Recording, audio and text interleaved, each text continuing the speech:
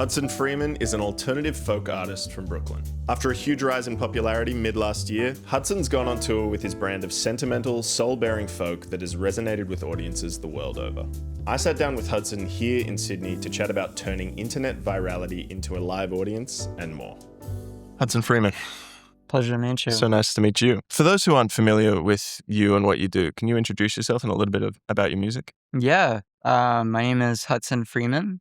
I guess I'm a slacker folk artist from Brooklyn, originally from Texas. Cool. Yeah. Let's dissect slacker folk. Yeah.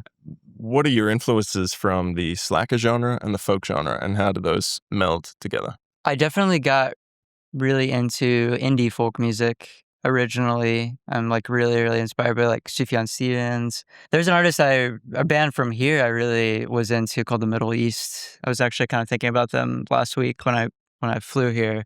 Such a good band. Yeah, like really short-lived band. I think when I got into university, I started getting more into like alt rock and like Radiohead and Big Thief and that kind of thing. The last few years I've been into like some like lo-fi rock bands like Sparkle Horse and Duster and stuff. Yeah. So I guess that's kind of been the journey. You're from the Midwest via Dallas, Eswatini, I believe. I lived in South Africa. Yeah. As a teenager. You've lived in a few different places. You're now based in Brooklyn. Mm-hmm.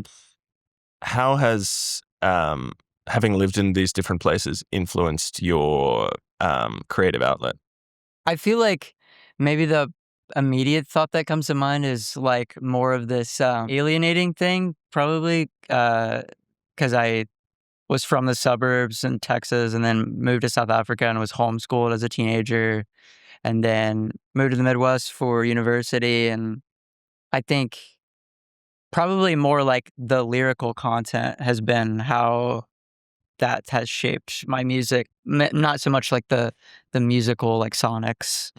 But yeah, definitely feel like I moved through a lot of very introverted, lonely feelings that kind of definitely contribute to the way I write. As I understand it, your parents were missionaries. That's right. Yeah. What role does faith have in your music and your creative process?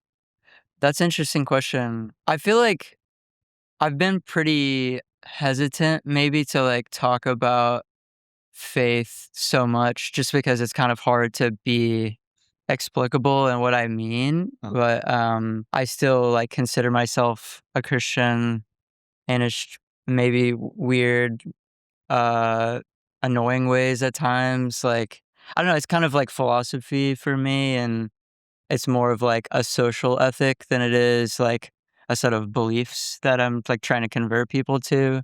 I feel like my music, the project is like attempting to be very like universalist and very much talking about like universal human experiences. And I think it comes out of like this commitment I have to people and to like a better world, as banal as that might sound. You're an artist who's been aided by a really rapturous audience online. Yeah, the guitar heads. Yeah. Yeah. Tell me a little bit about that experience of sort of seeing this sudden expansion to your audience by way of your digital platform.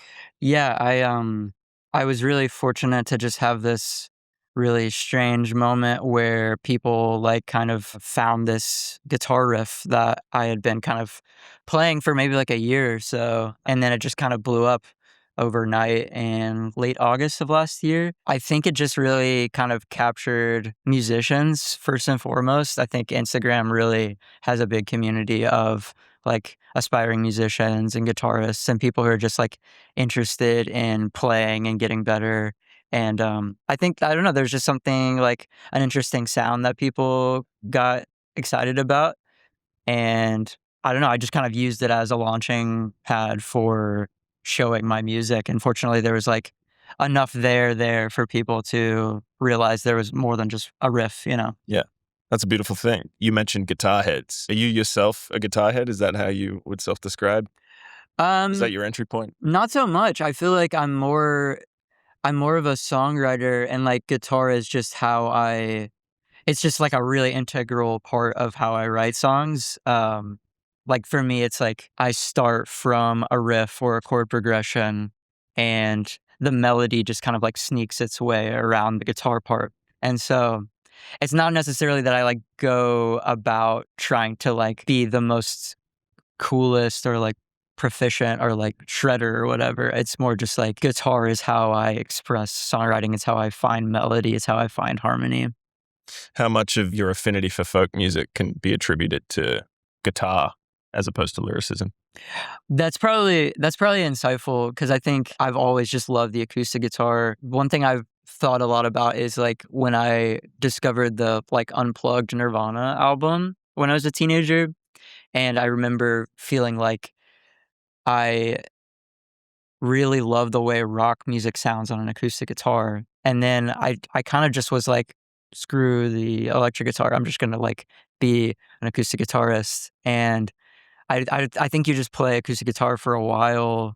If you play acoustic guitar for a while, you're gonna find yourself really gravitating towards like folk, playing. You're gonna gravitate towards fingerstyle playing and gravitate towards like bluegrass and like flat picking and all these kind of traditional, these traditional forms of like acoustic music. But I still think I'm more of like a rock guitarist than I'm a folk guitarist. It just happens to be on the acoustic guitar and it just kind of comes together in this fusion. Were there particular artists that stood out to you as exemplars of making rock music on an acoustic guitar?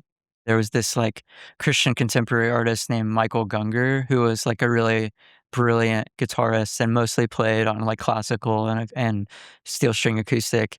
And I just thought he was incredible and made it seem really cool. The last few years, I think like people like Mark Kozlik from Sun Kil Moon, Red House Painters is like one of the coolest examples I can think of. The best example is probably like Adrian Lenker. Oh, for sure. So like Big Thief, I remember hearing the song Mythological Beauty, which was the first Big Thief song I heard, and just being like, this is like the coolest riff ever. And it is a melody that's like just sneaking around the guitar part. Adrian Linker is definitely a huge one. Sun Kil Moon's huge one. For sure. And then like Elliott Smith through osmosis. Because I didn't really listen to Elliott Smith growing up. I've only really listened to him the last couple of years, but I realized, oh shit, he just like inspired probably all the people that I've listened to. Totally. You're on tour in Australia at the moment. What's it been like seeing this huge digital audience that you've amassed translate to a global live audience? It's strange because I'm doing these like these opening slots for Mumford and Sons. That by the way, that was one of the bands that kind of got me into folk music when I was a teenager. Um, I kind of gravitated away from like folk pop the last few years, but I still is something I'm hugely nostalgic for and really grateful for them having me. But yeah, I mean, there's people in those audiences who seem to recognize me. That's crazy. I've been doing these side headline shows, doing one tonight in Sydney.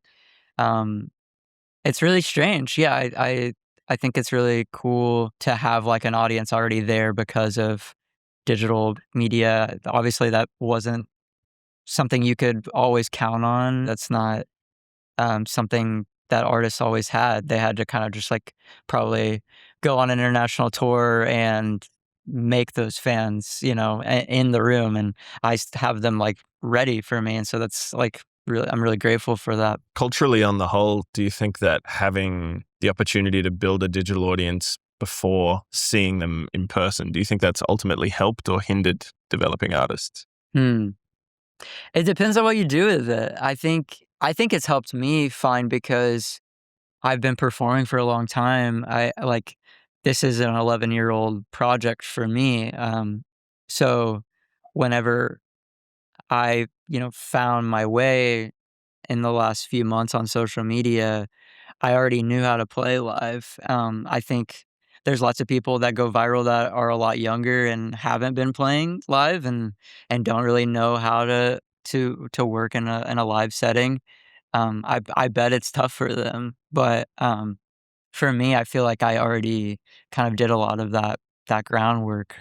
Let's talk about music that's important to you. If you could play me any album, what would you play me? If I could play any album, Feel free to pick 3. okay.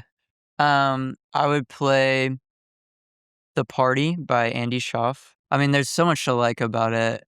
I think that Andy Schaff is like a one-of-a-kind songwriter. The albums I would list would probably all be like somewhat conceptual. That's like a really great example of a great concept album. It's like from start to finish a story. I think something that appeals to me about him is that there's a sense of embarrassment and shame that I think he plays with in really funny ways. That's definitely compelling to me. I'm actually gonna be opening for his side project Fox Warren in a couple of months. Wow, congratulations. Thank you. I'm really excited to meet him, but I'm fully expecting him to be a very shy guy and kind of hard to crack. Yeah, The Party, that's a big one. Illinois by Sufjan Stevens is a huge one. I've always really been into like super almost like Baroque or like orchestral experimental stuff. I think something I was really into in high school that I'm still wanting to play with in my newer music is like what's called like post rock. Which is kind of just like it's like cinematic rock music basically, and in the sort of like Godspeed or Godspeed, Explosions in the Sky. Yeah, like yeah, those are huge ones like Seguros. I know that I would give them like my third choice, and it's a band I haven't talked about yet, but it's called Trouble Will Find Me by The National. Beautiful. The National, Matt Berninger is probably my favorite lyricist of all time. They're incredible. Amazing. I feel like I will throw a little shade and say I feel like they've fallen off quite a bit over the last few years. Okay. But like I think their like middle period is just like utterly perfect.